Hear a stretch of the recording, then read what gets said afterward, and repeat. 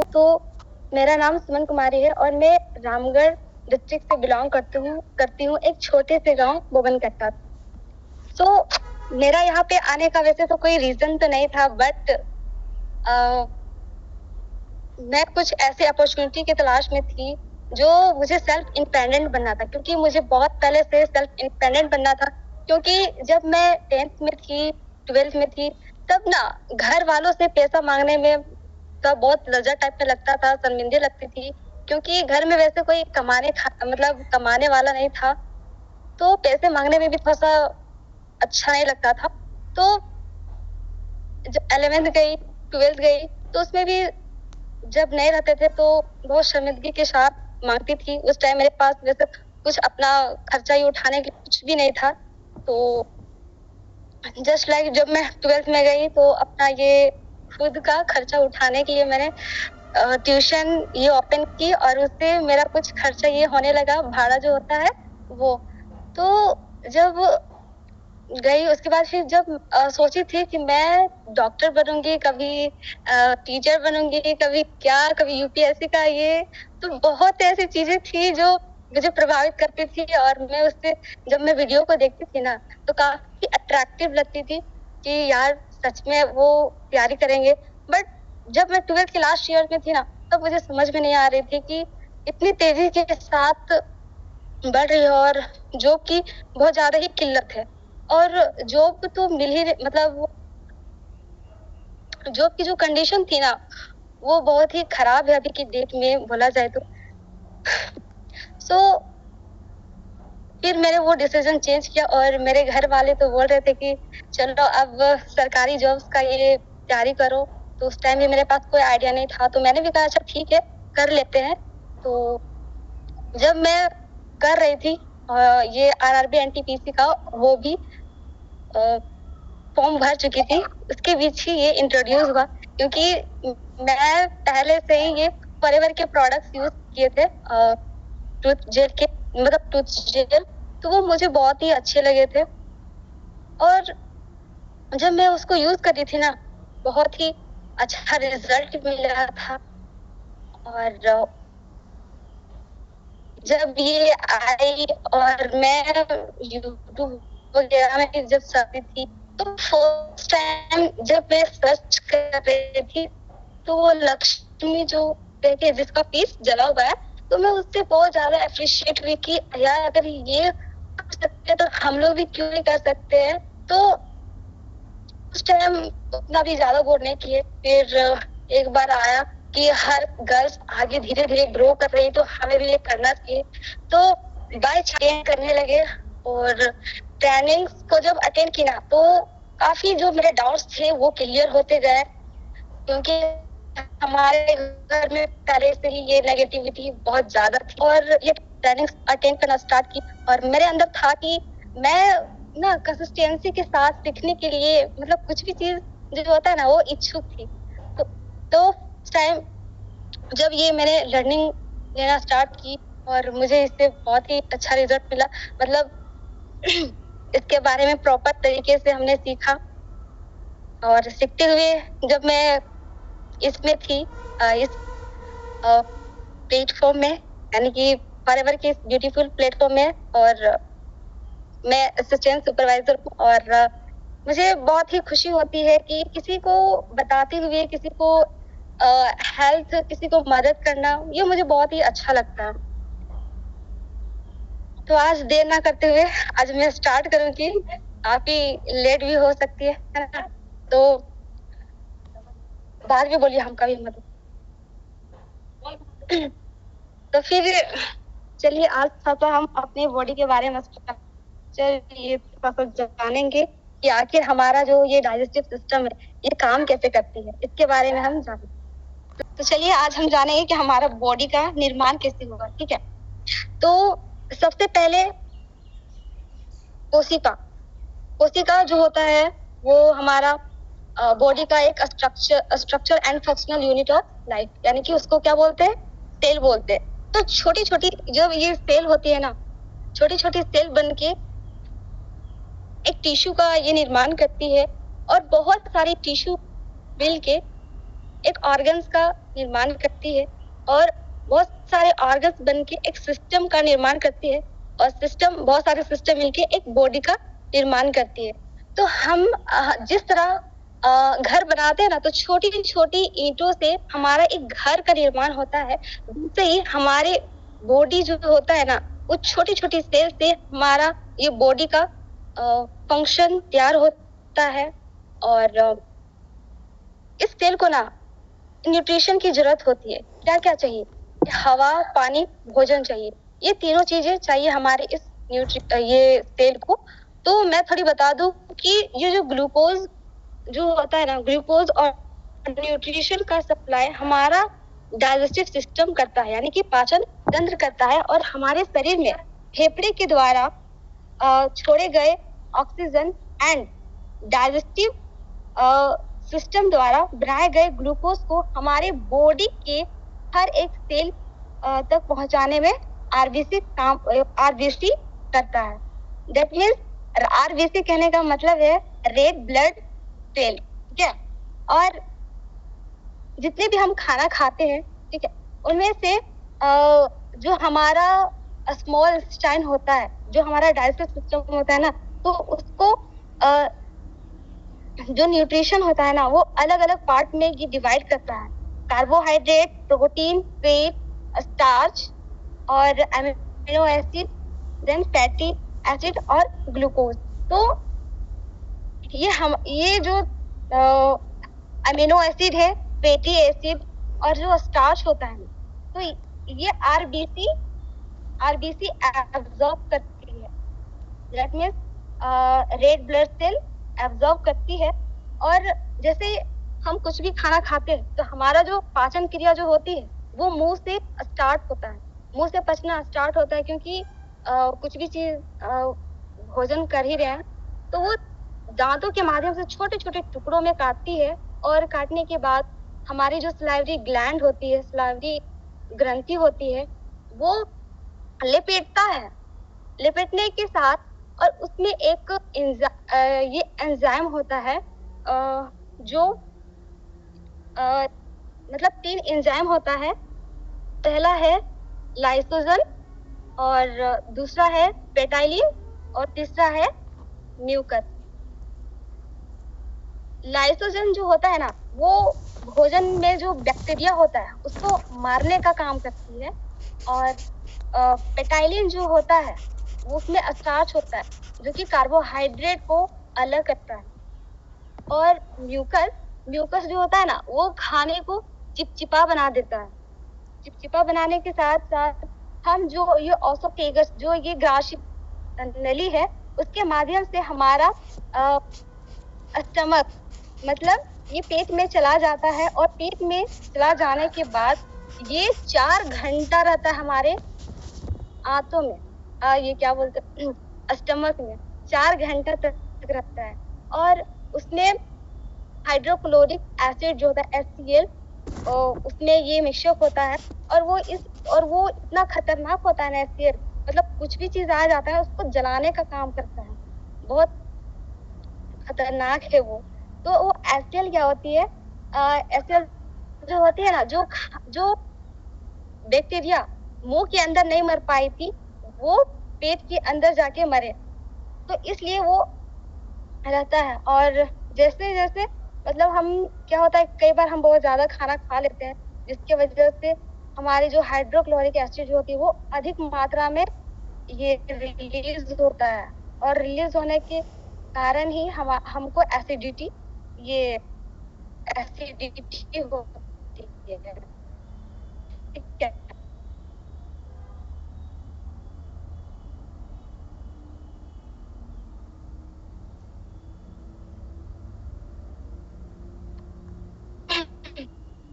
और ये एसिडिटी और उसके बाद ये हमारे मतलब क्या ज्यादा, अगर ज्यादा एसिडिटी हो जाती है ना, तो हमें इनो पिलाया जाता है, ठीक है। पता है किसको पता है? हेलो। तो हमें ज्यादा एसिडिटी होती है तो क्या पीते हैं? क्वेश्चन है।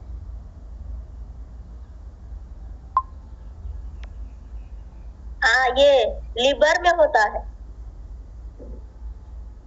नहीं, बोले ज्यादा एसिडिटी हो जाती है तो हम क्या लेते हैं? एक खट्टा पदार्थ, नींबू, इनो। अच्छा, नींबू ले। और नमक।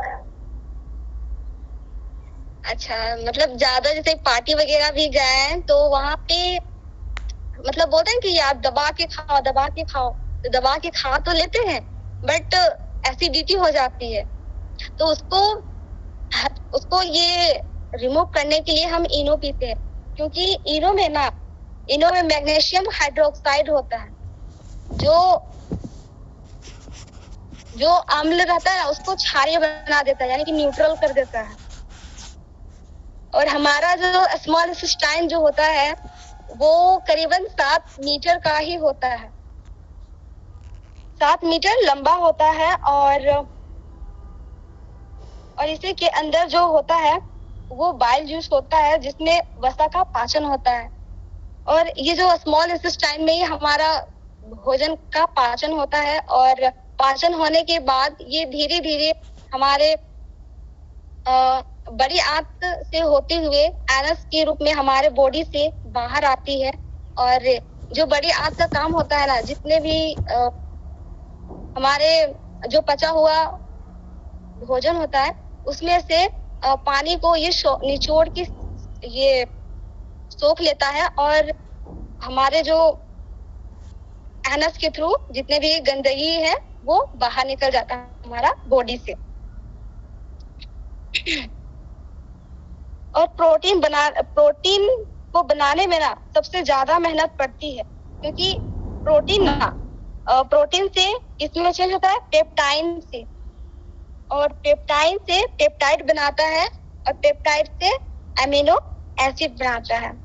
तो ये सारी प्रोसेस होती है, इसके बाद ही हमारा जो ये भोजन है वो सही से डाइजेस्ट हो पाता है। और अभी के डेट में बोला जाए कि जो हमारे जैसे कि पहले हमने बताया कि जो सेल होते हैं उस सेल को क्या चाहिए, एक न्यूट्रिशन की जरूरत होती है, लेकिन आज के इस डेट में ना ये सही से हमें न्यूट्रिशन नहीं मिल पा रही है, हमारे सेल्स को नहीं मिल पा रही है, क्योंकि आज की इस डेट में ना हर एक चीज गंदा हो चुका है। हमारा ये एक सेल को जिंदा रहने के लिए क्या चाहिए, हवा, पानी और भोजन चाहिए। तो हवा में ना बहुत सारा ये पॉल्यूशन हो चुका है ना। पॉल्यूशन बहुत ज्यादा फैक्ट्रियां खुल रही है, जिसकी वजह से आता है, और बहुत वाहन चल रही है, उससे भी धुआं निकलता है, और अधिक मात्रा में तो अब पेड़ भी काटे जा रहे हैं अपने उपयोगी के लिए, तो उससे भी अधिक मात्रा में जो पॉल्यूशन होता है वो बढ़ती ही जा रही है।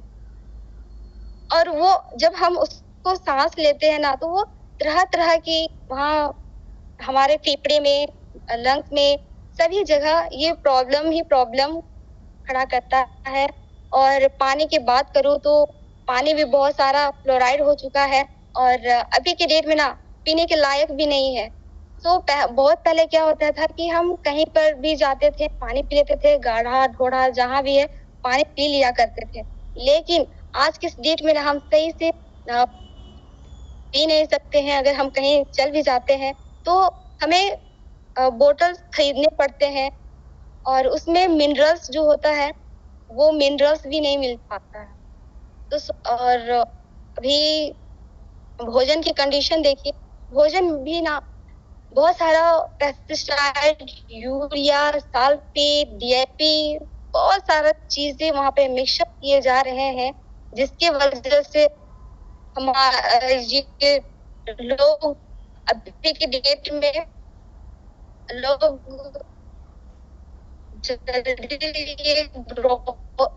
मतलब बढ़ भी रहे हैं, जल्दी भी हो रही है और रहते जा रही है। आज से 20-30 साल पहले उतना ज्यादा बीमारी ये सुनने का मौका नहीं मिला था, लेकिन अभी क्या है, अभी सबसे ज्यादा ये बीमारियां सुनने को मिल रही है। और ये सारी चीजों से ना जो जो जहर जो है वो हम अपने बॉडी के अंदर इंटेक्ट करते हैं किसी न किसी रूप में, और जाने ही अनजाने में ले रहे हैं। और जैसे ही वो हमारे बॉडी के अंदर जाती है तो हमारी जो आंत होती है ना, कंघी की तरह होती है, जिसको हम विलाई बोलते हैं। विलाई के अंदर बहुत सारे टॉक्सिन बैठ जाती है, बहुत सारा जो जहर होता है, बहुत सारा गंदगी वहां पे जम जाते हैं। कहते हैं ना कि अगर कोई नाला है, नाला में अगर बहुत सारा गंदगी है उसके भी मारेंगे तो वो निकलेगा भी नहीं। जस्ट लाइक हमारे आंतों में भी वैसे हमारी जो आंत है वो क्लीन हो जाएगी, बट ऐसा उसको अगर पानी से कितना भी धुल ले वो धुलता नहीं है जब तक हम उसको डिटर्जेंट या साबुन का प्रयोग ना करें। तो हमें भी हमारे बॉडी के अंदर भी वैसे ही है, बहुत गंदगी हो चुकी है, उसको भी हटाने की जरूरत है। और मतलब कुछ भी चीज जब हम खाते हैं ना तो वो सही से डाइजेस्ट नहीं हो पाता है, और उसी के कारण गैस का प्रॉब्लम स्टार्ट हो जाता है। और गैस का प्रॉब्लम स्टार्ट होने के बाद एक नहीं तरह तरह की बीमारियां होना स्टार्ट हो जाता है। बीपी लो, बीपी हाई, है ना, और अल्सर वगैरह का, बवासीर, मतलब सारा ये जितने भी बीमारियां है, डिजीज है, वो बढ़ते ही जाएंगे जब तक हम उसको रिमूव भी ना करें ना, तो हमें जो न्यूट्रिशन चाहिए, जो हमारे बॉडी के लिए चाहिए, वो मिलेगी नहीं। और अभी तो देखा गया है कि लोग पहले बहुत साल जीते थे, लेकिन अभी की डेट में लोग ज्यादा साल जी नहीं रहे हैं। 55 से 50 साल में ही ये दिखना स्टार्ट हो जाता है। और जो सेल होता है, सेल टूटने के कारण आज 30-35 साल की जो वुमेन्स है उसका जो फेस है वो एक औरत की तरह दिखना स्टार्ट हो जाता है, क्योंकि उसको एक सही न्यूट्रिशन नहीं मिल पाती है, जिसकी वजह से अब थोड़े स्टमक में तो बहुत सारे टॉक्सिन तो जम गए। अब इसको रिमूव कैसे करें? तो एक है देखिए बहुत सारा टॉक्सिन, तो हम कुछ भी खाएंगे तो वो एब्जॉर्ब नहीं हो पाएगा। तो एब्जॉर्ब नहीं हो पाएगा, लैक ऑफ न्यूट्रिशन, मतलब हम उल्टी हो जाती है तो हम क्या फील करते हैं? कमजोर फील करते हैं। और कमजोर फील करते हैं तो ऑब्वियसली है कि हम बीमार पड़ जाते हैं।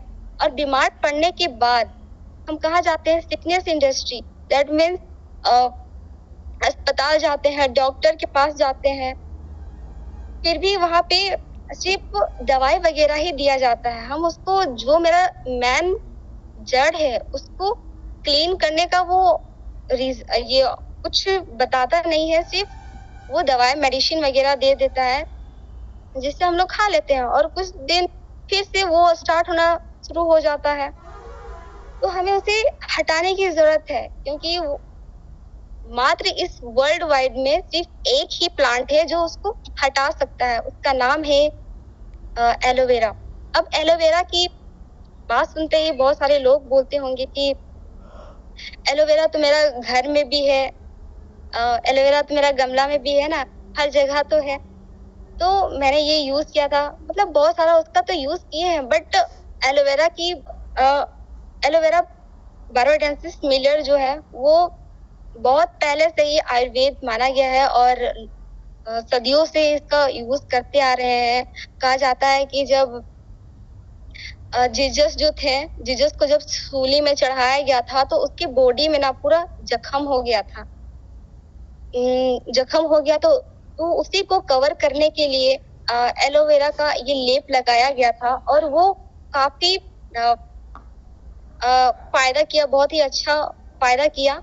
और उसके अब सोचे ना कि उसके जगह पे कुछ और भी कर लेना चाहिए था, पर वो एलोवेरा का ही यूज किए, क्योंकि उसका जो काम है वो बहुत ही अच्छा था। एंड अब थोड़ी बात है कि हम उसको हटाए कैसे, ठीक है? तो एक एलोवेरा जेल है जिसको ये एलोवेरा के अंदर 99.7% एलोवेरा जेल होता है, जो हमारे बॉडी के अंदर मतलब हमारे आंतों के अंदर जो टॉक्सिन होता है ना, उसको हटाने का काम करता है, डिटॉक्सिफिकेशन का काम करता है। मतलब जितने भी लीवर में, किडनी में, आंतों में बहुत सारे जो टॉक्सिन है वो अंदर में ही रह गए हैं, तो उसको क्या करता है, उसको डिटॉक्सिफाई करता है, मतलब उसको हटा देता है टॉक्सिन को। और ब्लड में भी टॉक्सिन होता ही है, तो उसको भी हटाने का काम करती है। और साथ में ये सारी चीजें हटाने के बाद हम कुछ भी चीज खाना खाते हैं तो वो आसान से हमारे बॉडी के अंदर एब्जॉर्ब हो जाता है, और हमारे जो डाइजेस्टिव सिस्टम है वो भी स्ट्रांग होता है। और साथ में ये तो टॉक्सिन को हटा दी, लेकिन हटाने के साथ साथ ये नरिशमेंट भी प्रोवाइड की, मतलब नरिश भी किया हमारा बॉडी को। और थोड़ी इसके बारे में जान लो कि जो इसके अंदर एलोवेरा, ये हमारे एलोवेरा जेल के अंदर 12 विटामिन है, 18 एमिनो एसिड है, 20 मिनरल्स है, और 9 एंजाइम है, और 13 एंटीऑक्सीडेंट है।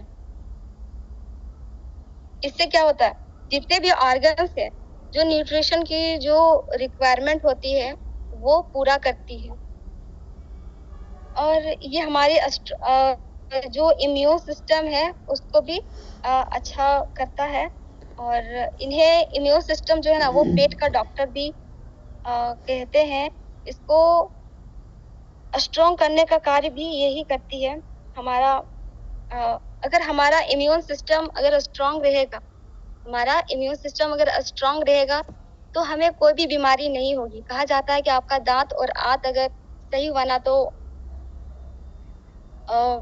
मतलब कोई भी बीमारी आएगी ही नहीं। और 99% जो बीमारी होता है वो हमारा पेट से ही होना स्टार्ट होता है। तो इसको क्लीन करना बहुत ही जरूरी होता है।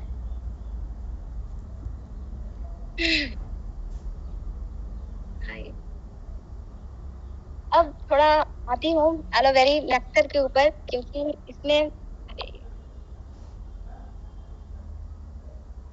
एलोवेरी नेक्टर के अंदर इसमें 90.7% प्योर एलोवेरा होता है, और इसमें एप्पल और क्रेनबेरी का एक्सट्रैक्ट मिलाया हुआ रहता है। जो एप्पल जो होता है, एप्पल में पैक्टिन पाया जाता है, जो हमारे बॉडी के लिए बहुत ही अच्छा होता है। और ये क्या करता है, जितने भी इसे क्या बोलते हैं, औरतों के लिए रामबाण की तरह काम करती है। और जितने भी प्रॉब्लम्स होती है गर्ल्स में, PCOD का है ना, पीरियड्स का, तो ये सारी जितने भी बीमारियां होती है उससे ये छुटकारा ये हो जाता है। तो जो मूत्र जो होता है ना, यूरिन जो होती है, उसमें बहुत क्षार होता है। जब हम इसको क्रेनबेरी को लेते हैं, मतलब एलोवेरी नेक्टर को लेते हैं, तो ये एक न्यूट्रल करता है, क्योंकि ये एक एसिड है। जब एसिड और बेस मिलता है ना, ये उदासीन कर देता है। तो जस्ट लाइक ये भी किडनी के लिए बहुत ही अच्छा है, किडनी के लिए, लीवर के लिए बहुत ही अच्छा है।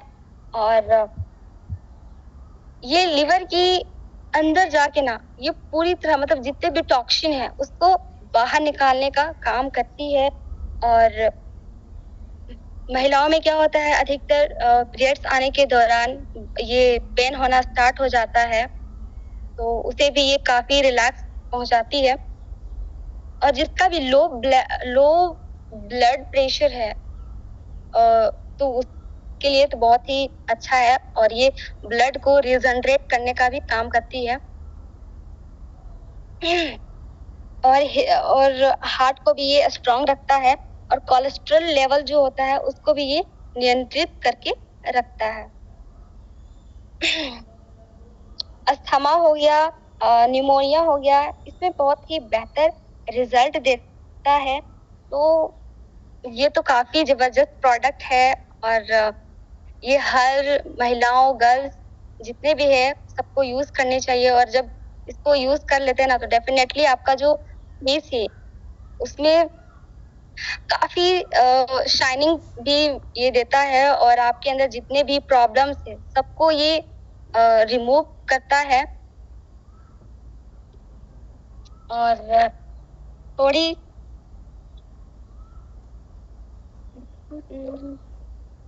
बी हनी का बात करूँ तो बी हनी मतलब थोड़ा हनी के बारे में थोड़ा डिस्कस कर लेते हैं।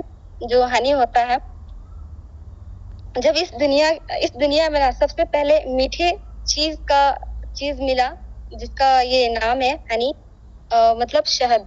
शहद भी 3 प्रकार का होता है। एक होता है असली, नकली और शुद्ध होता है।